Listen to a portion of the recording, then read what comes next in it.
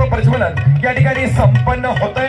पेटवा दिवे अंतरात कारण उधाण आले अंधाराला, व्हा तेजाचे उपासक दूर करण्यात तिमिराला, सारीकडे दाटत चाललाय अंधार, समयीच्या या ज्योती आहेत लढायला तयार। घ्या प्रेरणा त्यांच्याकडून सभावताली उजळण्याची, म्हणून गरज आहे दीप प्रज्वलनाची, दीप प्रज्वलनाची। सूर्य म्हणाला, एकदा सूर्य म्हणाला, मी जाणार रजेवर, भागेल का तुमचं नुसत्या विजेवर।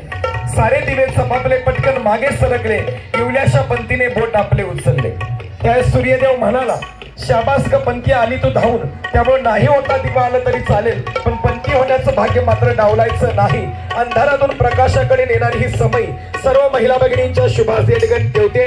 टाळ्या वाजवायला जीएसटी लागत नाही। उशिरा करतोय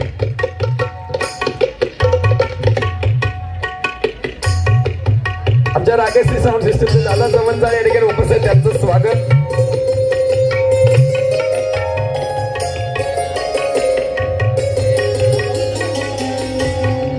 आपली माणसं आपल्यासाठी कष्टतात, आपली माणसं आपल्यासाठी कष्टतात, म्हणून आपुलकीनं आपल्या मान त्यांच्या पुढे झुकतात। असं व्यक्तिमत्व